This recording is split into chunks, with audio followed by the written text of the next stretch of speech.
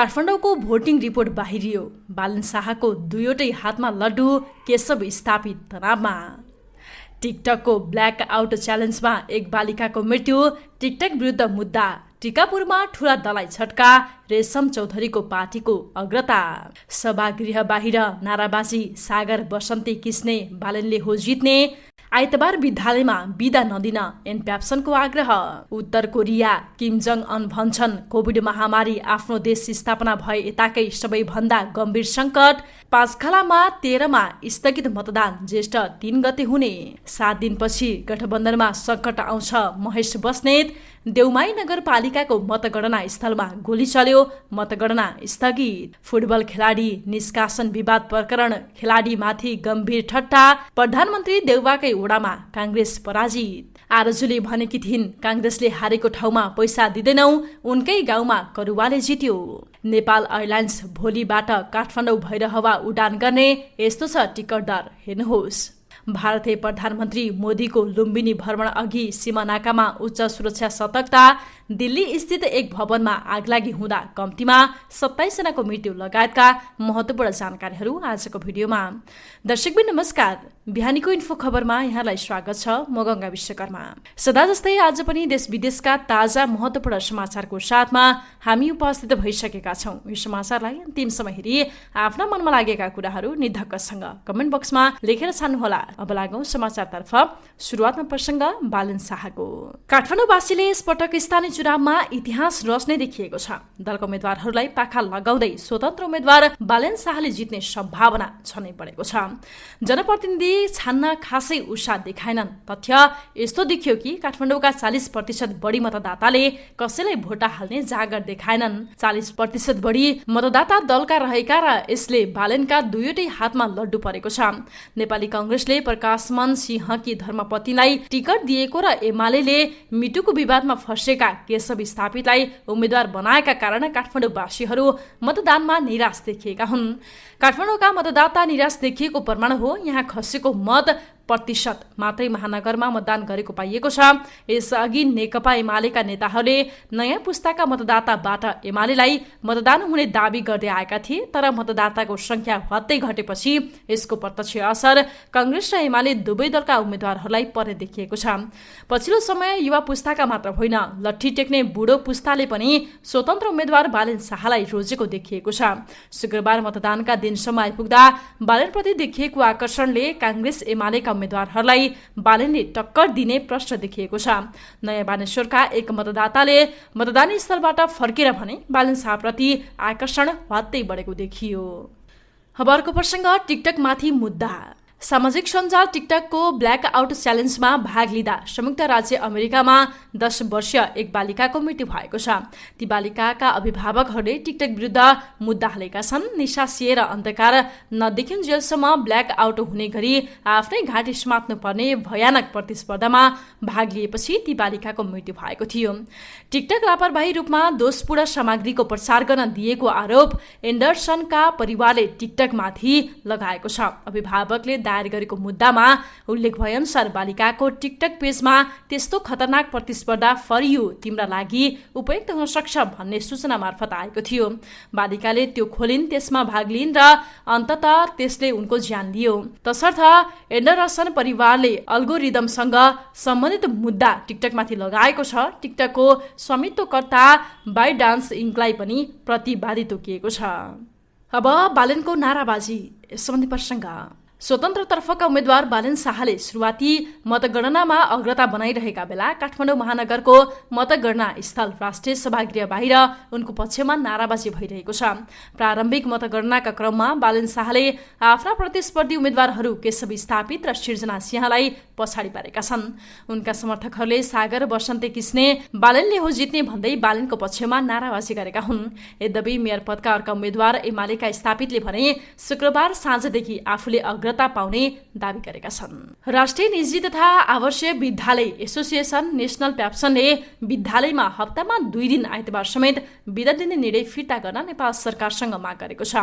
National प्याप्सनका अध्यक्ष पाण्डव हमाल ठकुरीले हिजो विज्ञप्ति जारी गरी विभिन्न हडताल बन्द र कोभिड-19 का कारण विगत 2 वर्ष यता नियमित पठन पाठन नभई विद्यार्थीको सिकाइमा असर परेका कारण दूरगामी असर पर्ने गरी कुनै निर्णय नगर्न आग्रह गरेका हुन्। विज्ञप्तिमा आफूहरूसँग परामर्श नगरी एकपक्षीय रूपमा आइतबार विद्यालयमा बिदा दिने निर्णय गरिएको गुनासो गर्दै शिक्षा ऐनमा व्यवस्था भएको वार्षिक कार्यदिन र कार्यघण्टामा नकारात्मक असर पर्ने भएकाले अभिभावक शिक्षक र विद्यार्थीमा अनावश्यक दबाव पर्ने गरी आइतबार विद्यालयमा बिदा दिने निर्णय फिर्ता गर्न माग गरिएको हो। अब रेशम चौधरीको प्रसङ्ग। कैलालीको टिकापुर नगरपालिकामा रेशम चौधरीको पार्टीले सुरुवाती अग्रता लिएको छ। पहिलो 100 मतको गणना सकिँदा रेशमकी श्रीमती रञ्जिता श्रेष्ठको अध्यक्षतामा गठित नागरिक उन्मुक्ति पार्टीका मेयर पदका उम्मेद्वारले 34 मतसहित अग्रता लिएको निर्वाचन अधिकृत पुष्कर खड्काले जानकारी दिएका छन्। नागरिक उन्मुक्ति पार्टीलाई नेकपा एमाले पछ्याइरहेको उनले बताएका छन्। एमालेका उम्मेद्वारले 18 मत प्राप्त गरेका छन् भने सत्तारूढ गठबन्धनका उम्मेद्वारले 16 मत पाएका छन्। 52,000 बढी मतदाता रहेको टिकापुर नगरपालिकामा शुक्रबार भएको निर्वाचनमा 31,293 मत खसेको थियो। टिकापुरमा शनिबार बिहानदेखि मात्रै मतगणना सुरु भएको हो। अब अर्को प्रसङ्ग काङ्ग्रेस पराजितको। प्रधानमन्त्री एवं काङ्ग्रेस सभापति शेरबहादुर देउवाको गृहवडामा नेपाली काङ्ग्रेसकै उम्मेद्वार पराजित भएका छन्।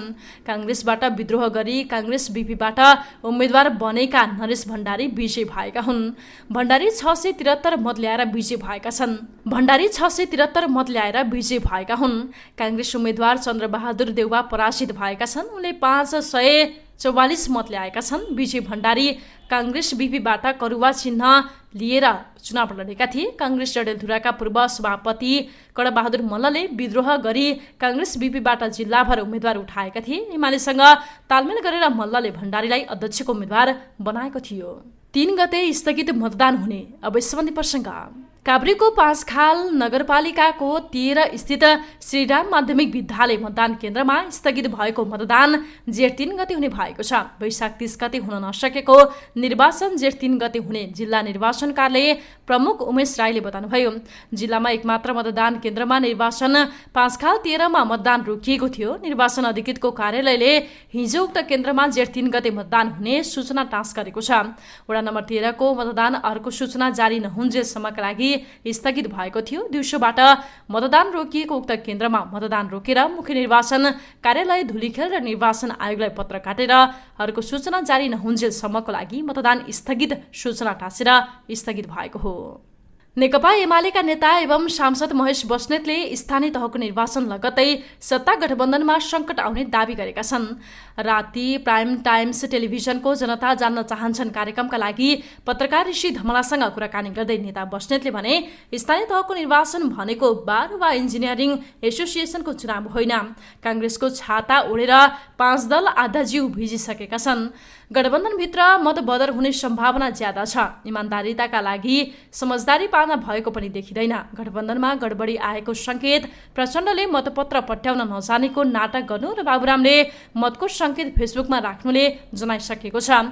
एमाले कम्तीमा 4 वटा महानगर र 7 वटा उपमहानगर जितेपछि यिनीहरू एकअर्कालाई दोषारोपण गर्न थालेका छन्। 7 दिनपछि गठबन्धनमा सङ्कट आउँछ। प्रचण्डले भरतपुरमा हार्ने सङ्केत आउन साथ महासङ्कट आउँछ भन्नुभएको छ। अब कोरियामा गम्भीर सङ्कट। यसम्बन्धी प्रसङ्ग। उत्तर कोरियाका नेता किम जोङ अनले कोभिड महामारीलाई आफ्नो देशले भोगेको हालसम्मकै सबैभन्दा गम्भीर सङ्कट भएको बताएका छन्। एउटा आपतकालीन बैठकमा किमले कोभिड-19 को महामारीसँग जुझ्न सबै स्तरको प्रयास गरिनुपर्ने बताएका हुन्। सरकारी सञ्चार माध्यमले थप 21 जना मानिस मारिएको र 1,70,000 नयाँ संक्रमणका घटनाहरू पहिचान गरिएको बताएका छन्। समग्रमा 5 लाखभन्दा बढी मानिसहरूमा कोभिडको लक्षण देखिएको छ। कोरोना भाइरस नियन्त्रणको प्रयास अन्तर्गत देशव्यापी लकडाउन लगाइएको छ। उत्तर कोरियाको स्वास्थ्य प्रणाली विश्वमै खराब मध्येमा पर्छ र उसले विगतमा खोप उपलब्ध गराउने अन्तर्राष्ट्रिय प्रस्तावहरू अस्वीकार गरेको थियो। उत्तर कोरियाली नेताको घोषणा बिहिबार पहिलो पटक कोभिड पुष्टि भएको जानकारी पछि आएको हो। तर विज्ञहरूले केही समय अघिबाटै त्यहाँ संक्रमण फैलिरहेको ठान्दै आएका छन्। ठूलो महामारीले उत्तर कोरियामा गम्भीर दुष्परिणाम निम्त्याउने भय व्यक्त गरिँदै आएको छ। खोप कार्यक्रमको अभाव र कमजोर स्वास्थ्य प्रणालीका कारण त्यहाँको 2 करोड 50 लाख जनसङ्ख्या जोखिममा रहेका छन्। खबरको प्रसङ्ग आर्जु राणाको। नेपाली कांग्रेसकी केन्द्रीय सदस्य आर्जु राणाले डडेलधुरामा पुगेर गत वैशाख 22 गते भनेकी थिइन्, त्यसैले यो कुरालाई तपाईहरूले ध्यान दिनुहोला, करुवा सरुवा हरुवा पार्टीहरूलाई भोट नहाल्नुहोला। कांग्रेसको मेयर नभएको ठाउँमा पैसा पठाउनु जरुरी छैन। कांग्रेस र माओवादी सहितको संयुक्त सभालाई सम्बोधन गरेको 9 दिनपछि नै उनको र पति शेरबहादुर देउवाको मतदाता नामावली रहेको डडेलधुराको गैन्यापधुरा गाउँपालिका वडा नम्बर 1 मा कांग्रेस पराजित भएको छ। डडेलधुरामा आक्रामक मन्तव्य दिने क्रममा उनले कांग्रेसले नजितेका ठाउँमा बजेट नै नदिने चेतावनी दिएकी थिइन्। यो विवादास्पद अभिव्यक्ति दिएपछि आरजुलाई निर्वाचन आयोगले स्पष्टीकरण सोधेको थियो। अब खेलाडीमाथि ठट्टा। यसम्म प्रसङ्ग। रोहित चन्द, अञ्जन विष्ट, अनन्त तामाङ, विबल घरती मगर, दिनेश राजवंशी, विशाल राई जस्ता खेलाडीहरू वर्तमान नेपाली राष्ट्रिय फुटबल टोलीका अभिन्न अङ्गका रूपमा हेरिन्छ। तर नेपाली फुटबलमा हालै भएको एउटा घटनाले अहिले त्यसमाथि प्रश्न चिन्ह खडा भएको छ। होस्टेलमा बस्ने वा होटेलमा बन्ने एउटा आधारभूत सुविधा मागको विषयमा विवाद झनै बढ्दा नेपाली फुटबल इतिहासमा कहिले नभएको घटना भएको छ, जसमा वर्षौंको मेहनत र लगानीपछि तयार भएका एउटा खेलाडी पुस्ताको करियर दाउमा लागेको जानकारहरू बताइरहेका छन्।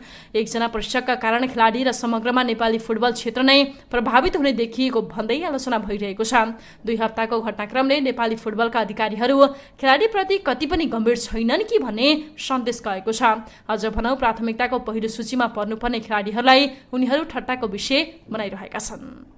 भारतीय प्रधानमन्त्री नरेन्द्र मोदीको आसन्न लुम्बिनी भ्रमण अघि भारत नेपाल सीमामा सुरक्षा सतर्कता बढाइएको छ। भारतबाट नेपाल छिर्ने मुख्य नाकामा सुरक्षा व्यवस्था अत्यन्त कडा पारिएको भारतीय सञ्चार माध्यमले बताएका छन्। लुम्बिनीसँग सीमा जोडिएको उत्तर प्रदेशका प्रहरी अधिकारीले भारत नेपाल सीमामा विशेष गरी रातिमा हुन सक्ने घुसपैठ रोक्न प्रहरी गस्ती र आवश्यक निगरानी बढाएको छ। उत्तर प्रदेश प्रहरी र सशस्त्र सीमा बलले सुरक्षा सतर्कता बढाएका हुन्।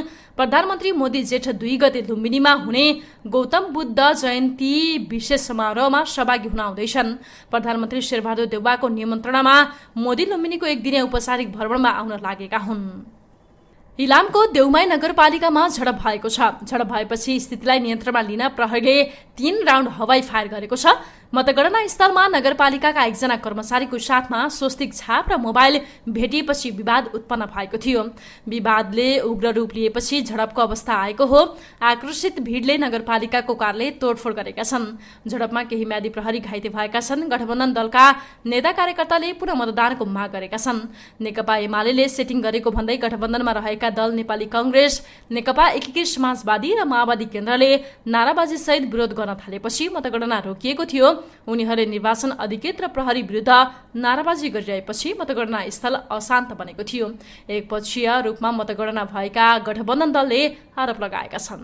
ललितपुर महानगरमा 200 मतगन्दा नेपाली कांग्रेसका उम्मेद्वार चिरी बाबु महर्जनले अग्रता लिएका छन्। निर्वाचन कार्यालयका अनुसार 200 मतगन्दा नेपाली कांग्रेसको 110, नेकपा एमालेको उम्मेद्वारको 47 मत पाएका छन्। यस्तै उपमेयरमा नेपाली कांग्रेसका उम्मेद्वारले 37 र नेकपा एमालेको उम्मेद्वारले 64 मत पाएका छन्।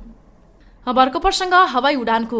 नेपाल एयरलाइन्सले जेठ 2 गते सोमबार काठमाडौँबाट गौतम बुद्ध अन्तर्राष्ट्रिय विमानस्थल भैरहवामा व्यावसायिक उडान गर्ने भएको छ। गौतम बुद्ध अन्तर्राष्ट्रिय विमानस्थलको प्रवर्धनका लागि न्यारो बडी जहाजले जेठ 2 गते उडान गर्ने एयरलाइन्सले बताएको हो। बिहान 6 बजे भैरहवाका लागि उड्नेछ भने 8 बजे काठमाडौँका लागि उड्नेछ। एयरलाइन्सले काठमाडौँ भैरहवाका लागि 4510 र 7040 रुपैयाँ गरी 2 प्रकारका टिकटको मूल्य तोकेको छ। टिकट नेपाल एयरलाइन्सको मोबाइल एप र वेबसाइटमा लिन सकिनेछ। गौतम बुद्ध विमानस्थलमा नेपाल एयरलाइन्सको वाइड बडी जहाजले परीक्षण उडान गरिसकेको छ। जेठ 2 गते सोमबारदेखि नै कुवेतको जजिरा एयरलाइन्सले नियमित व्यावसायिक उडान गर्दैछ।